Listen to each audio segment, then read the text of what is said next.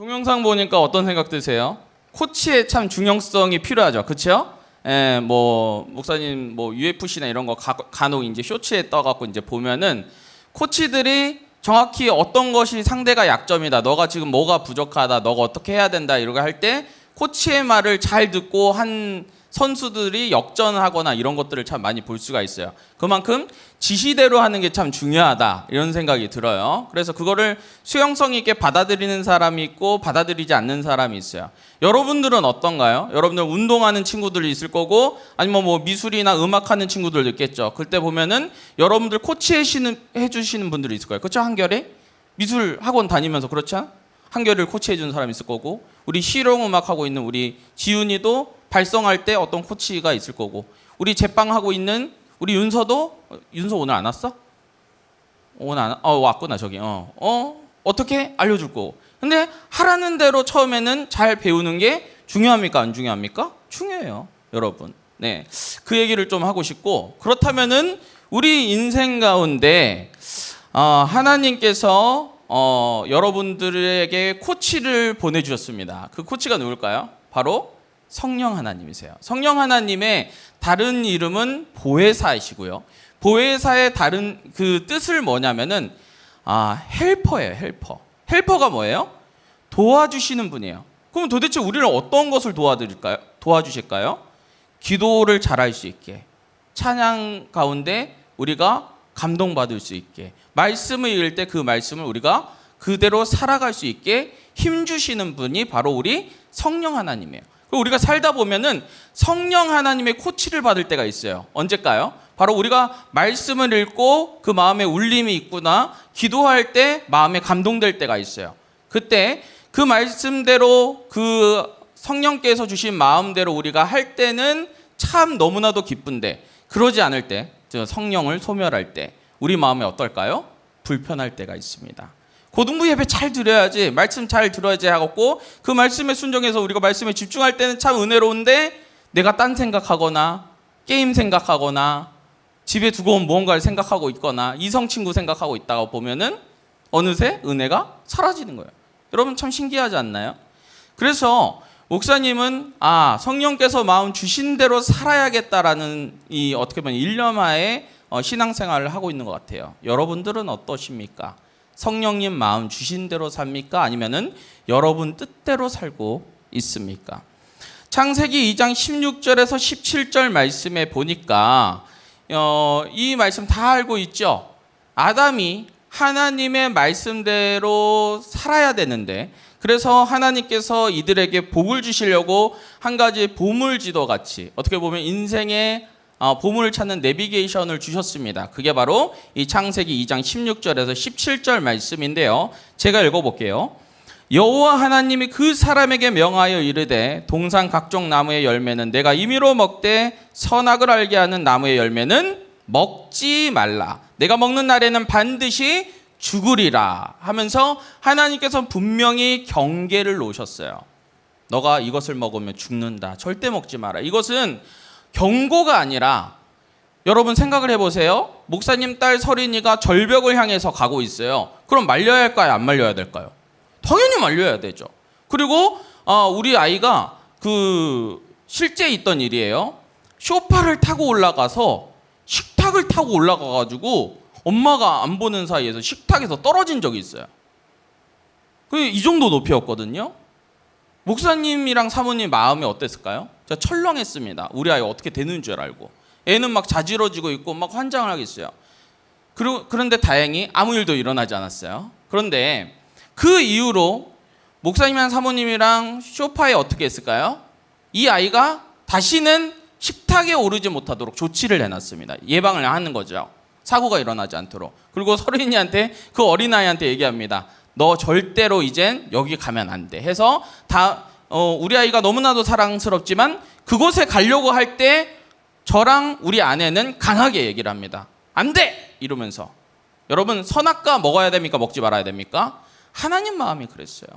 먹으면 안 돼. 먹으면 너 죽어. 이러면서 부모의 마음으로 우리가 성경을 보면은 하나님의 마음이 이와 같구나라는 것을 알게 됩니다. 그러니까 아담은 하와는 이 하나님의 말씀대로 청종하고 따랐다면은 그들에게 복이 임할 것입니다. 그런데 그들은 어떻게 했습니까? 하나님의 말씀을 따르는 것이 아니고 뱀의, 마귀의 말을 따랐습니다.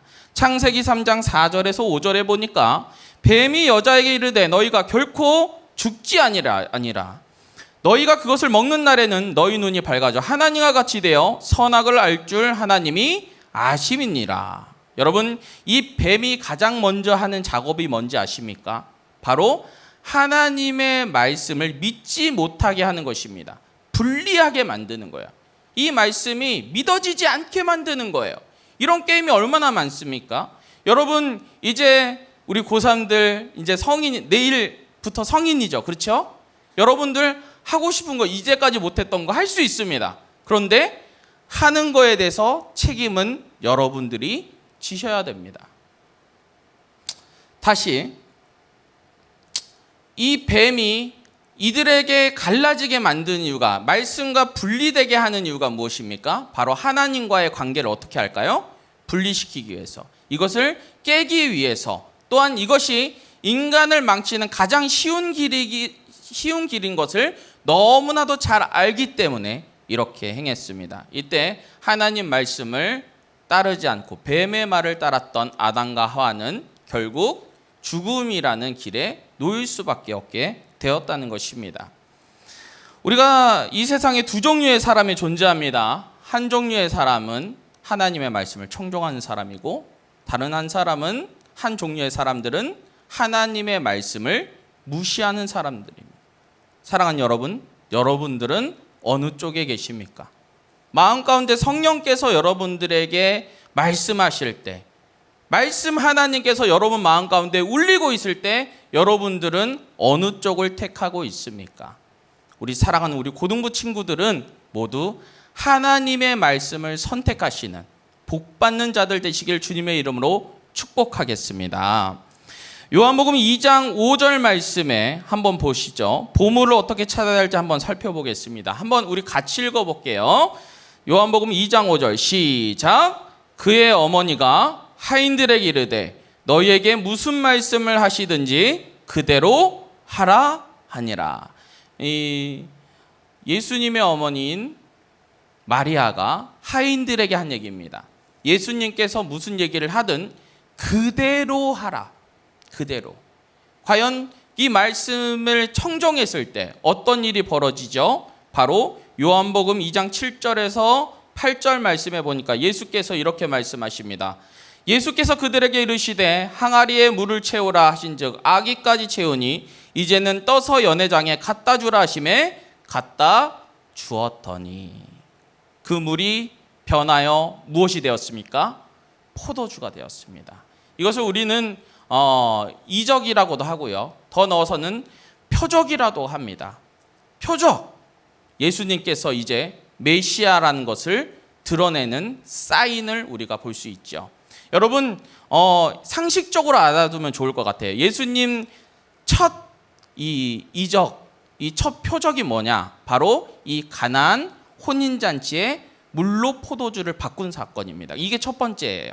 그래서 이것을 보여주는 게 무엇입니까? 포도주는 무엇을 뜻하냐면 풍성함을 뜻해요. 그리고 보라색은 무엇을 뜻하냐면 왕을 뜻합니다.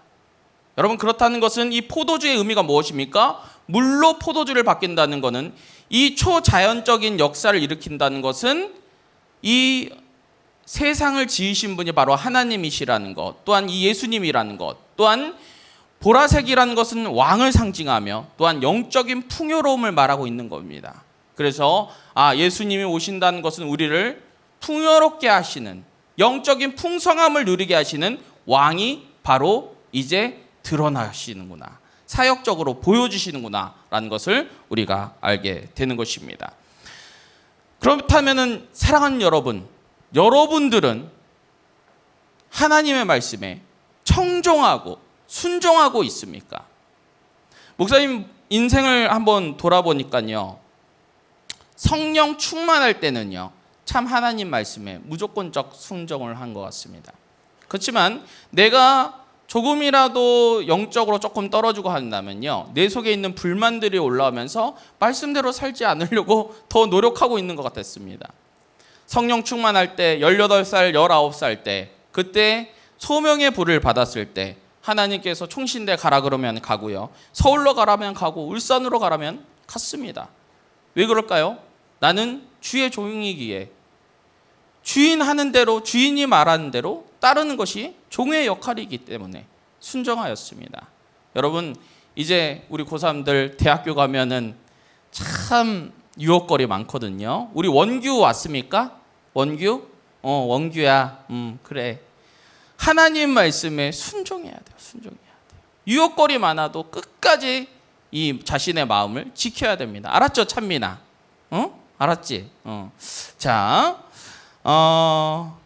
시편 119편 9절의 말씀을 여러분들에게 선물의 말씀으로 드리고 싶습니다. 한번 우리 시편 119편 9절 말씀, 우리 특히나 고3들 크게 읽어주세요. 알았죠? 자, 읽겠습니다. 시작.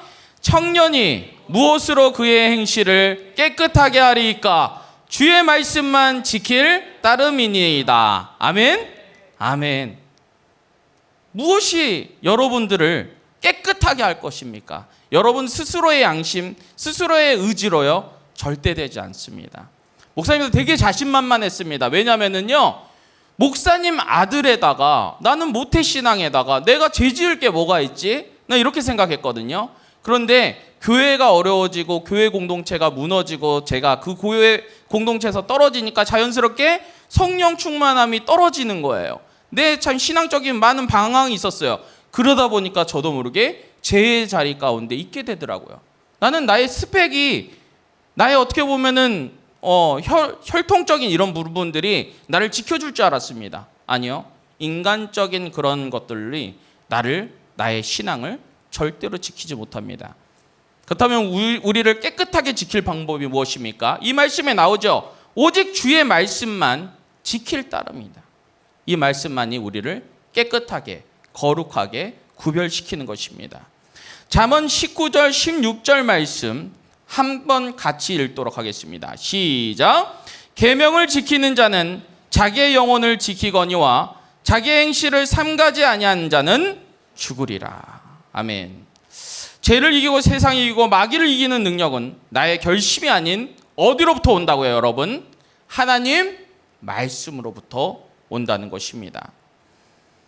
민수기 23장 19절을 말씀해 보니까요, 하나님은 사람이 아니시니 거짓말을 하지 아니하시고 인생이 아니시니 후회가 없으시도다. 어찌 그 말씀하신 바를 행하지 않으시며 하신 말씀을 실행하지 않으시랴. 여러분, 성탄절 말씀 기억나시죠? 수많은 선지자의 예언의 말씀을 예수님께서 오심으로써 미가서의 말씀도 스바냐의 말씀도 스가랴의 말씀도 그 수많은 선지자의 말씀을 완성시키시려고, 그것을 행하시려고 이 땅 가운데 오셨습니다. 한 분을 좀 소개해주고 싶습니다. 사진 한번 보여주세요. 우리 새마을 운동을 통해서 농촌을 살리고 이 나라를 정말 풍요롭게 만드셨던 바로 류태영 박사님이십니다. 이분은 전라도가 고향이세요. 전북 임실 출신이고요. 가난한 머슴 아들로 태어났습니다. 그러니까 얼마나 가난하고 천대받았겠습니까? 근데 이 박사님이 이제 정말 이대로는 굶어 죽겠다라는 마음으로 어린 소년 그 나이 때 서울로 상경해야겠다 할 때 교회 전도사님이 이 유태영 박사님, 어린 유태영 박사님 손에 이 한 말씀을 줬다고 합니다. 그 말씀이 무엇이냐면 한번 들어보세요. 빌립보서 4장 13절 말씀. 내게 능력 주시는 자 안에서 내가 모든 것을 할 수 있느니라. 이 말씀을 유태영 박사님이 받고 이 말씀을 TP의 말씀, 나의 레마의 말씀으로 받은 거예요. 그래, 이 말씀이 나의 인생을 이끄실 것이다 하면서 이 말씀을 가지고 있었습니다. 사랑하는 여러분, 여러분에게 주신 하나님의 말씀이 있습니까?